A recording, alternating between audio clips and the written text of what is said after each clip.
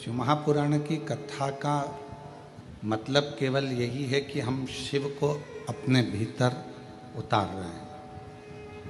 हम भगवान शंकर को अपने भीतर लेकर जा रहे हैं।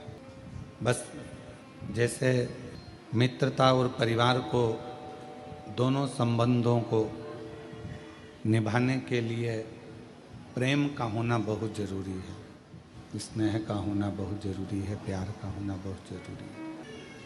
पर आज के ज़माने में मित्रता हो चाहे परिवार हो, प्रेम से ज़्यादा स्वार्थ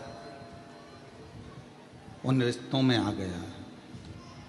और जिन रिश्तों में प्रेम खत्म हो जाता है और केवल स्वार्थ रह जाता, वो रिश्ते बहुत लंबे समय तक टिकते नहीं हैं।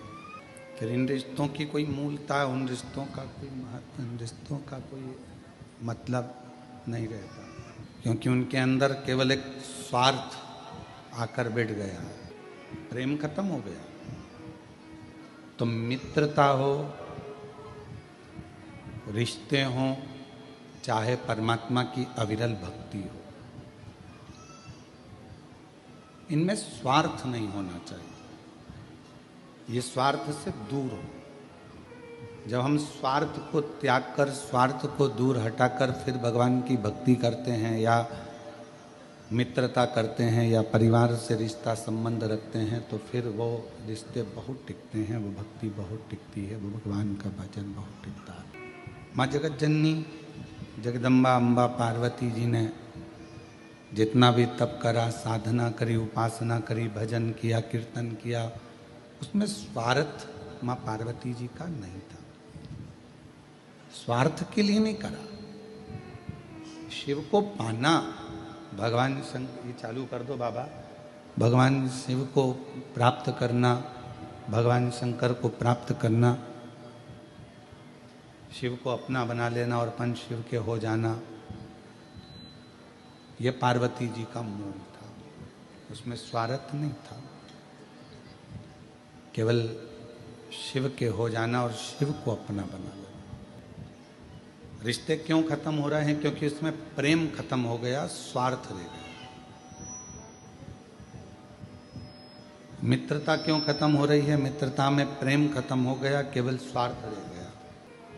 भक्ति कहाँ जाकर खत्म हो जाती है कि व्यक्ति का स्वार्थ पूर्ण नहीं हो पाता।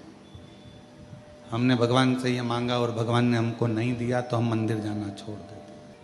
हमने भगवान से बहुत सारी लिस्ट बनाकर तैयार रखी और भगवान के सामने रख दी कि मेरा ये काम है, और भगवान यदि पूरा ना करे तो फिर हम भगवान का भजन करना छोड़ देते, स्मरण करना छोड़ देते। पर कभी विचार करो, अपनी एप्लीकेशन लगाकर रख दो, स्वीकार होगा तो ठीक है और स्वीकार नहीं होगा तो ठीक है। अपन ने तो अपनी एप्लीकेशन लगाई, अपन ने तो अपनी एप्लीकेशन सामने रख दी है, टेबल पर पहुंच गई है। अब उसको वो स्वीकार करेंगे नहीं करेंगे, ये उनके ऊपर निर्भर करता है। तेरे मंदिर में आना मेरा काम है और मेरी बिगड़ी बनाना तेरा काम। हम परमात्मा के मंदिर तक पहुंच गए, हम भगवान के दरवाजे तक पहुंच गए, हम भगवान की चौखट तक पहुंच गए। फिर वो दर्शन दिखाए ना दिखाए, स्वीकार करे ना करे, अपनाए ना अपनाए, ये उसकी मर्जी है।